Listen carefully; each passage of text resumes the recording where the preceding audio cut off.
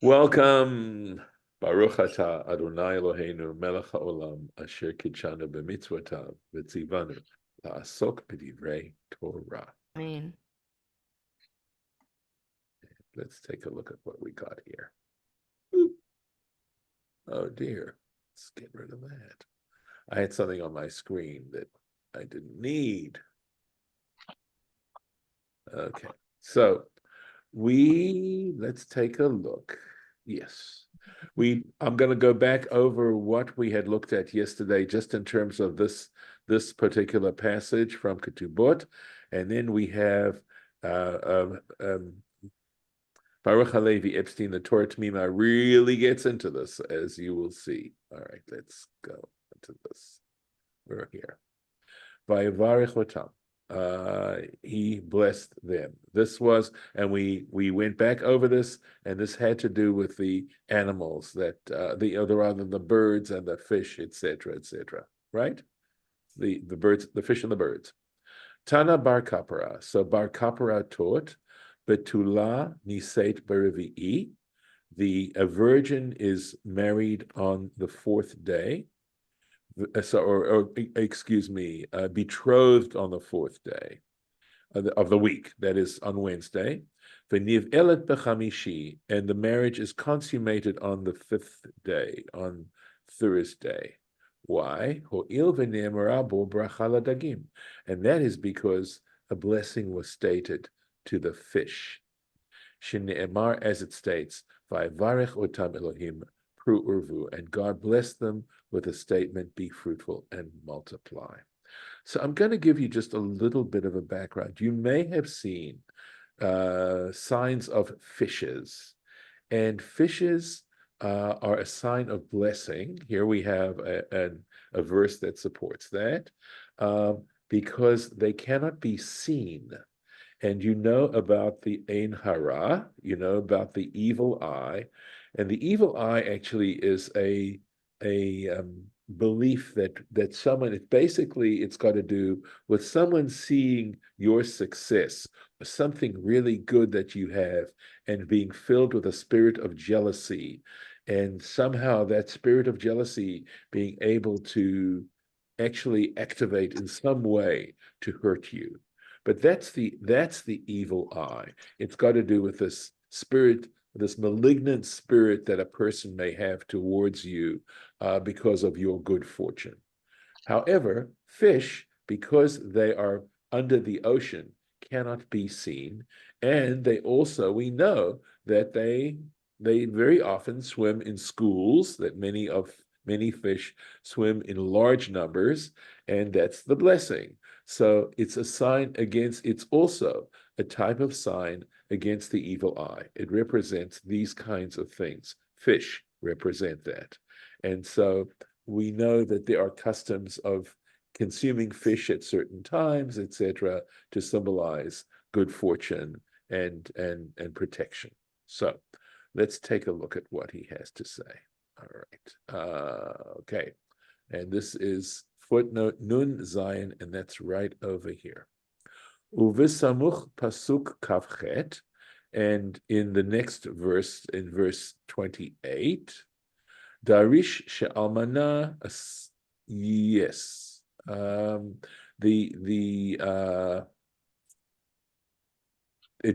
a drasha that says almana nis'et b'chamishi, that a widow is to be betrothed on Thursday, v'niv elet b'shishi, and the marriage is consummated on the sixth day, on Friday. Why? Mishum she'namo bracha la'adam, and there, in that case, it's because we know that God blesses Adam, blesses humanity, and Adam, man. Right? Vayitachen lomar, and one could say, shelachen sider bracha de dagim gabe betula, and that for this reason, the Gemara mentions here, it arranges a blessing, he associates the blessing of the fish with regards to a virgin, and bracha de Adam, and the blessing of man with regards to a widow, to a widow. Mishum de betula, because when we're talking about virgins, shayach yoter bracha dagagim, it makes more sense to refer to a blessing of the fish. Ki la yeut bracha pru urvuhu, right? Because it's more fitting to bless a virgin with the blessing of be fruitful and multiply more than a widow, asher ulai kfar yalda, because it's possible that she already has children. She's already given birth. Uvedagim kativ, and regarding the fish, we see later on, this I believe is in the blessing that Jacob gives to Ephraim and Menashe, and it says, Vayidgu larov. Yidgu, and we're using that word that obviously has the word dag referring to, we're going to just for the sake of convenience say fish, but here it's used as a verb. You should fishify, meaning you should have many children, right? Larov, many. Avabracha de Adam shayach gam ba'almana.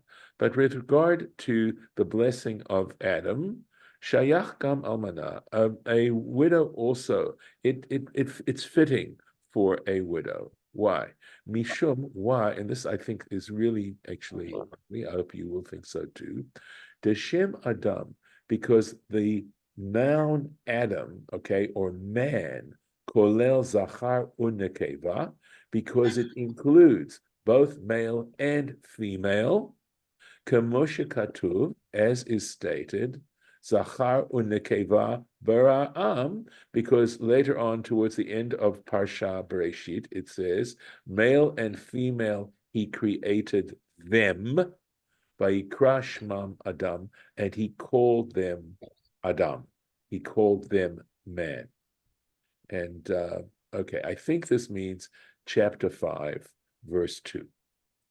Uved de Chazal, and with regards to statements made by our sages of blessed memory, and this he gives you the reference in Yevamot, page 63a. Kol, this is what it says there. Kol mi she'en lo isha eino adam. It says anyone who does not have a female companion, a wife, in this case, cannot be called a man. He's not a man. He's not Adam. Ye'uyan sham. Check it out. V'lachen keshinis'eit ata le'ish, and for this reason, when this widow is being married to a man, shayach lo v'la to Adam. It's appropriate to, with regards to him and to her, the description of Adam. Any comments before we plunge further? I'm hearing some mutinous whispering on the quarter deck. So, okay, very good. So if you have a point you want to make, let me know. All right. V'chama nifla davar. And it's an amazing thing, he says. Shelo ra'inu, because we haven't seen, v'lo shamanu, and we haven't heard, mi shiachush lemitzvot, or I think mitzvat perhaps, or le'etzat chazal bazeh. They did not have any regard, okay, for the commandment or even for the advice of our sages regarding this little piece we just read. Bein benisu'e betula, regardless of whether it's got to do with the betrothal of a virgin, shetinase b'revi'i, that she should be betrothed on Wednesday, uli ba'el b'chamishi, and that they should consummate the marriage on Thursday. Uvein b'nisu'ei almanah, we don't see this with regards to a widow either. Shetinase b'chamishi ulehi ba'el b'shishi, that she should be betrothed on Thursday and they consummate the marriage on Friday. Here it is. I mean, it's an explicit statement made, and the attitude is that these are mitzvot, you know, that they have some sort of statement with regards to our practice. V'af kol haposkim, and even all the deciders of the or the halachic arbitrators, hishmitu devar zeh, they just leave it out. They don't make any reference to it. Ki afal pi deyesh lomar, because despite the fact that one can say, delefi maskanat hagamara beketuvot, that according to the upshot of the discussion in the tractate Ketubot, page 4a, debamakom shebatei dinim kvuim bechol yom, that in a place where courts operate every day, right? That they're appointed for every day or established for every day. Ishan yisei bechol yom, a woman can be married or be betrothed any day of the week, except of course Shabbat, I believe. V'chatvu hatosfot, and the Tosafot wrote there, Daha daloi chayshinan latam de bracha, and they do at least make a reference to it, and they say the fact that we don't pay any attention to this rationale of a blessing, hu mishum de mitam ze levad, because on account of just this reason, if this is the only reason that there's this practice of the virgin being married, betrothed on Wednesday, and the widow being betrothed on Thursday, if that's the only reason, lo hayukov in yom yimuchad, and on the basis of that, it doesn't make sense for halacha to determine that these are the specific days that this has to take place. Ad kan lashonam, end of quote. Ach pashut hadavar, but nevertheless, it seems very clear, dehakavana she'en likboa chov u'mitzvah mechamat zeh. Okay, we understand. You don't want to make it an obligation, a chov, an obligation, and a mitzvah, right, a commandment on the basis of this, right? Aval al kol panim, but nevertheless, at least, al kol modim, one has to, nevertheless, you have to allow for the fact de'etzah tova yesh bazeh, that the Chazal are trying to give us good advice. They're trying to make a suggestion that we do this and do these weddings on these particular days for these particular people, because obviously, right, it's going to promote blessing. It is, and I think part of the rationale here is that I think that part of our whole religious discipline is to try and synthesize our lives with the way the universe, the universal harmony or the universal tune, to use a metaphor, and to synthesize our existence with the existence of the universe. So that if these were happening on these particular days, this is a way of synthesizing in this particular example. Omi gara minhag zeh, and why is this minhag, this custom, any worse mikama v'chama minhagim, from any number of other customs shenohagin la'asot, that one in fact does practice, that the custom is to in fact do them, benisuin, regarding betrothals, l'siman bracha, as a sign of a blessing, right? In other words, in order to bring down blessing on what's going on. And not only that, but in the poskin, in other words, the ones who sort of arbitrate halacha, these are very learned people who have determined, based on what's written in the Gemara and elsewhere, as to what the halacha, the way we're supposed to behave, and they establish it. The minhag halacha. Yes, it's not a mitzvah min hashamayim, it's not a mitzvah min Torah, but nevertheless, it's such a strong custom. We can say that it's minhag halacha, that practicing this custom has almost all but the force of a mitzvah, of Torah, of Torah itself. Kamo, he gives examples. Lisa b'machatzit rishona shel chodesh, because it's very important to marry in the first half of the month. But od hashalava bimlu'ah, because at that point the moon is waxing. V'la'asot hachupa tachat klipat hashamayim, and not only that, there was also this manhag halacha to do the chuppah underneath the heavens, right? Not inside, outdoors, under the vault of the heavens, l'siman tov, as a good sign, sheyezaram kichochvei hashamayim, that their seed should be like the stars of the heaven, the od kaela, and similar kinds of minhagim, of customs. Umikol shechem, and all the more so, this particular custom. Shine'emar meforash b'Gemara, because this particular custom is here. It's explicitly stated in the Gemara, bimkomo, in a place where they're talking about betrothals and the consummation of that, ve'inyano, and the whole topic. V'af ki yesh lomar, and despite the fact that one can say, shemonin lisa berevi'ah, that they stopped, right, to betroth on Wednesday, mishum haminhag, because I just want to make sure that I'm saying this, okay, right, that there would be a reason not to be betrothed on Wednesday, because of the custom she'ein matchilin b'sheni uv'chamishi. B'revi'i, I said chamishi, this is wrong. I'm sorry, I wrote the wrong word here. I'll have to put in the correct word. In other words, on the second day of the week and the fourth day, one doesn't begin something on Monday or on Wednesday, right? So that is in a position to what we just read in terms of getting betrothed on Wednesday.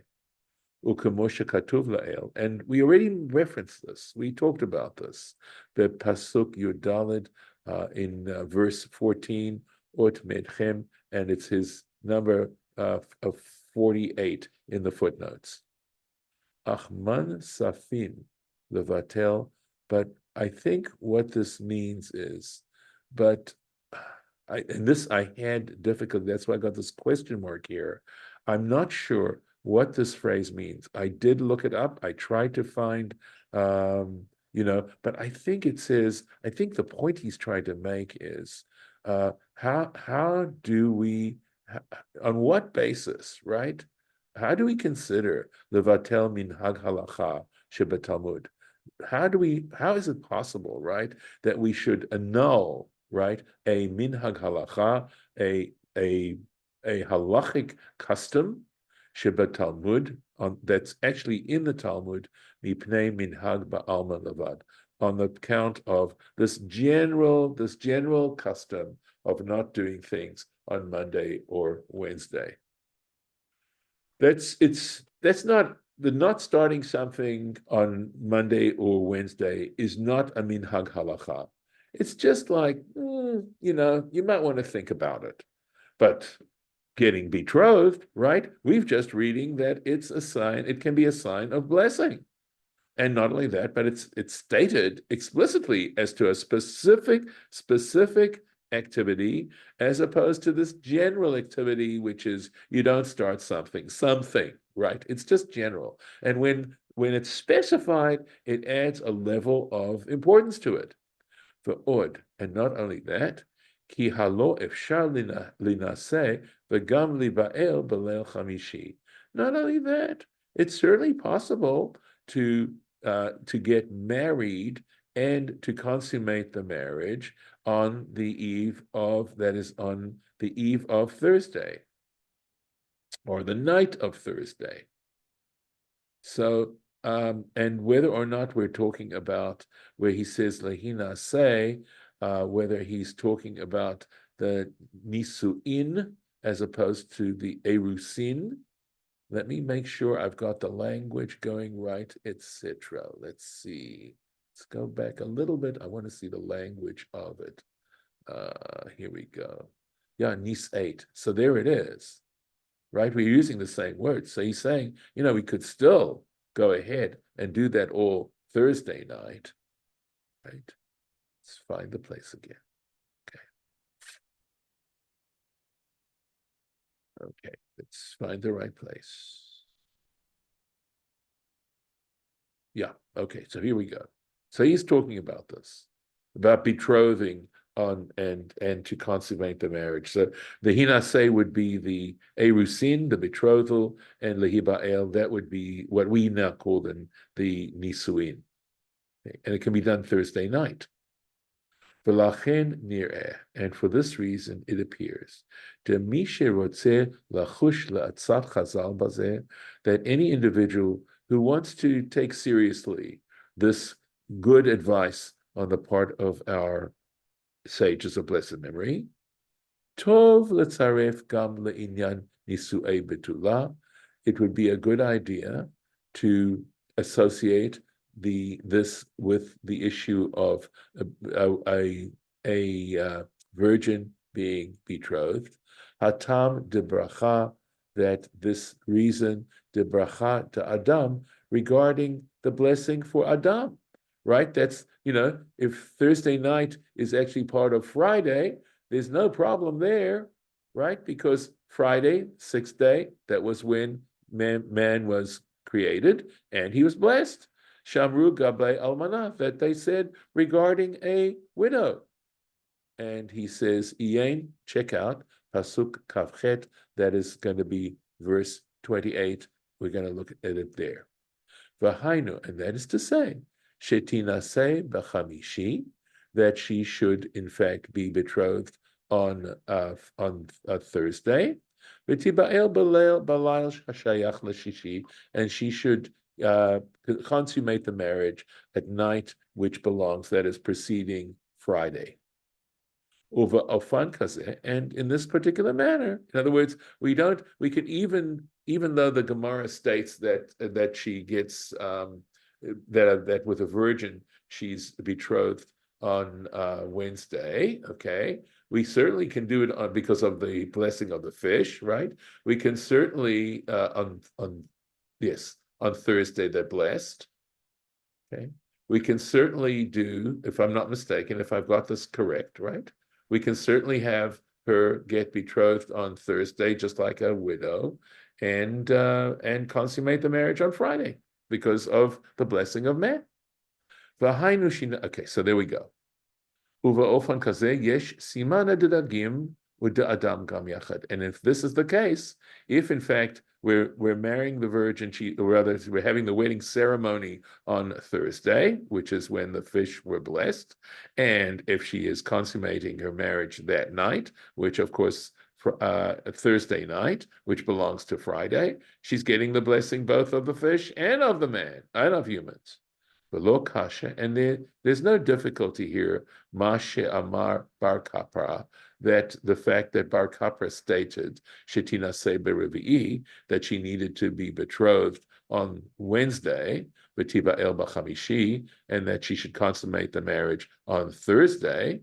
Yeah, and for the reason Kihu Amar Ta'amo, that the reason he said what he said, Rak Nosaf Latam HaMishnah, that it's just as an additional explanation to Reish Keduvot, as an explanation of the Mishnah of at the beginning of Ketubot, Betulani Seit Yom Haravi'i, where it says the opening Mishnah of Ketubot says a virgin is betrothed on the fourth day, in other words, on Wednesday.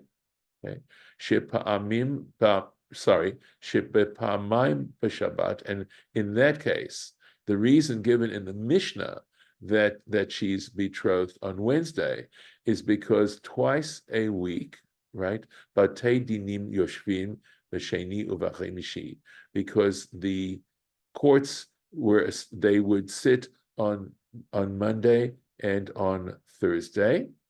Ve'im yelo, this is the reason given in the Mishnah.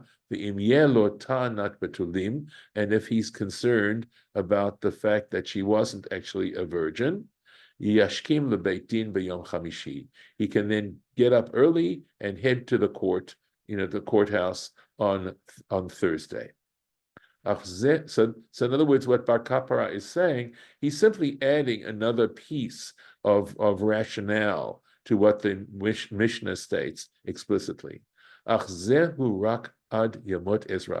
the truth is that this practice of the courts meeting on Mondays and Thursdays was only lasted until the days of Ezra.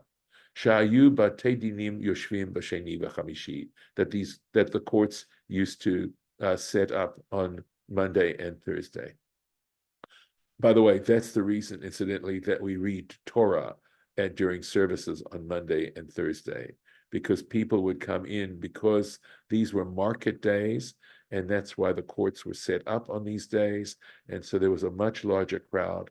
And so they wanted people from the scattered villages who had little opportunity to hear the Torah being read in public to be able to do that. Aval min az v'hala, but from the days of Ezra and onwards, shebatei didim yoshvim b'chol yom, so that courts can sit every day, and they do. Courts meet every day. B'vadai, clearly, gam bar Kappara, in this case, bar Kappara modeh, that he would acknowledge, he would accept the fact, shira'ui teshetinaseh b'yom ha'chamishi, that a virgin should in fact be betrothed on Thursday as opposed to Wednesday, but tiba'el belel hashayach lashishi, and that she should consummate the marriage at the night that belongs to the sixth day, in other words, Thursday night. Kedei l'tzaref bracha, in order to connect the blessing dedagim of the fish, uda adam yachad, and of man together. The gam bazeh hayu nimnaim ma'avor al haminhag, and even if they did it this way, right? They, I meant to make sure. Nimnaim bazeh al haminhag, right? Yeah, if they did this, right? They would be able to avoid transgressing, you might say, that minhag she'ein matchilim b'sheni u'b'chamishi, that one doesn't start something b'sheni u'v'revi'i, that one doesn't do. I made the mistake here again. I'm sorry. I copied it from the one place. I'll get rid of this. We don't start something on Monday or Wednesday. Just as we wrote, as we explained. V'dok b'chol zeh, and this is worth a lot of consideration. This is something to give serious consideration. And that is it for today. So, all right. He had a lot to say about this. Okay, I'm going to stop the share. Any thoughts? No? Silence. Okay, I'll stop the recording.